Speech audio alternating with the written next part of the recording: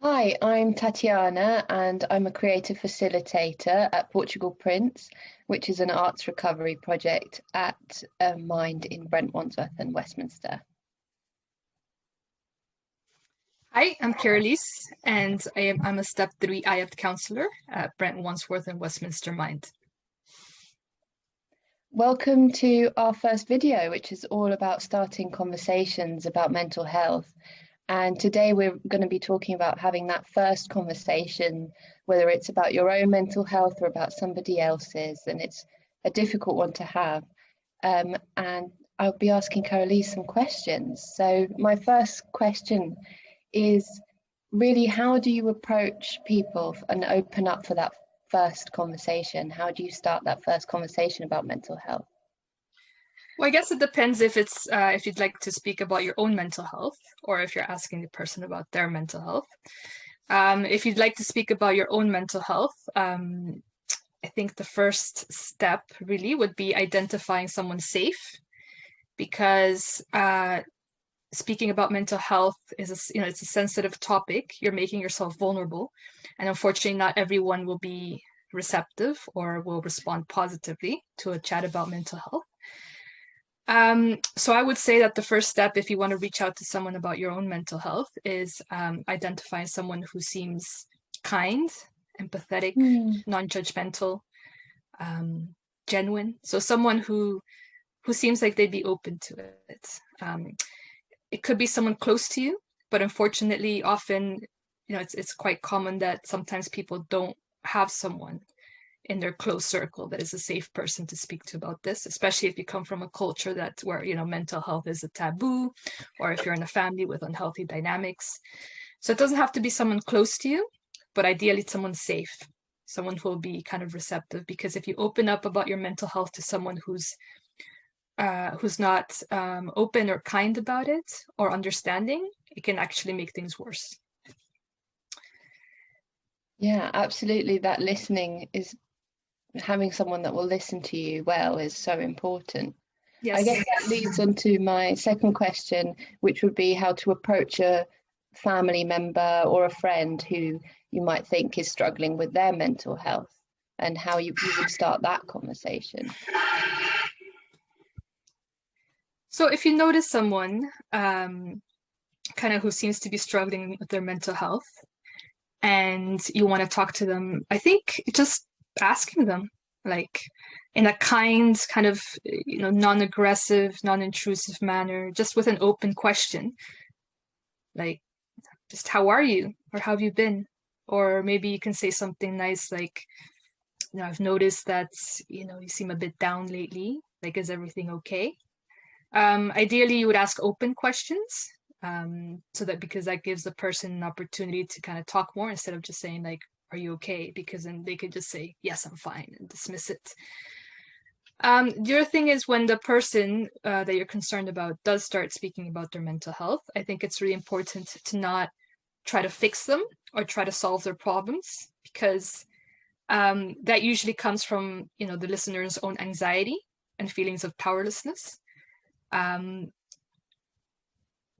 the most important thing that you can give someone who's struggling with their mental health is just your presence and your attention and just listening in a kind and empathic way so that they can feel that they're not on their own.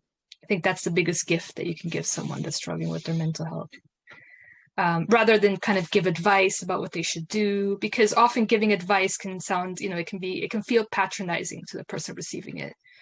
I mean, if they ask for advice, then you can refer them to maybe like some organizations that offer counseling, things like that, but only if they ask for advice. I would say just kind of create a space where they can talk, just listen, just have just friendly attention, empathic listening. That's the biggest gift.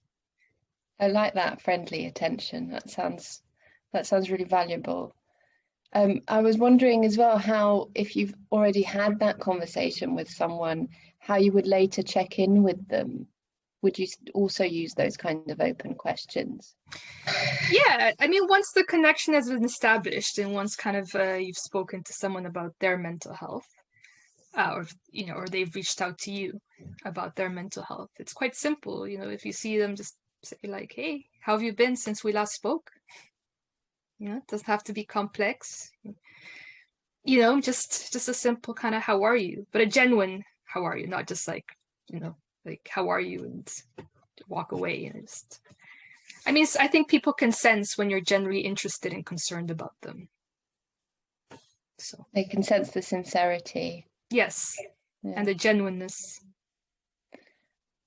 Is there anything else that you would like to give people, or some advice or some steps that they might follow? Yeah, I would say that kind of the more you talk about it, the more, it gets destigmatized, because everybody struggles with mental health at some point in their lives. I mean, feeling sad, I wouldn't say it's a mental health issue, but what I mean is we all in our lives go through a spectrum of human experiences and human emotions. Nobody's happy all the time, every day, all their lives.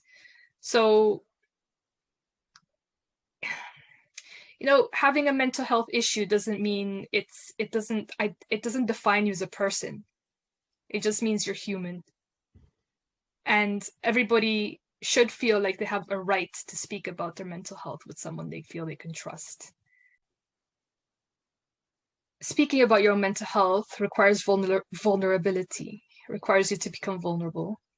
And not everyone feels comfortable with that. And also not everybody feels comfortable with themselves. Unfortunately, there's kind of a big lack of kind of like self-acceptance in society and in most people. When people don't accept themselves as they are, it's harder for them to accept other people as they are. Thank you. I think that's really true. Well, I hope that our really short conversation can help some people start those conversations, because it's not easy, but it does get easier, I suppose. I encourage everybody to reach out about their own mental health, or if they're concerned, or even if they just want to talk about mental health with someone they're not concerned about. Because I think it's a conversation that we should really get going in our society and in the world in general. Just like physical health. I mean, it's just I think there's beauty in kind of just sharing our humanness with each other. And it makes us realize that actually we're not that different. That's very true. Thank you. Thank you, Caroliz. I hope that this will be useful for people just to start these conversations. As you say, they're just ones that we should be having as humans, not just someone who feels that they're struggling. Exactly. Well, thank you so much for kind of inviting me to participate in this project. I feel honored, and I hope it's helpful. Thank you so much, Tatiana.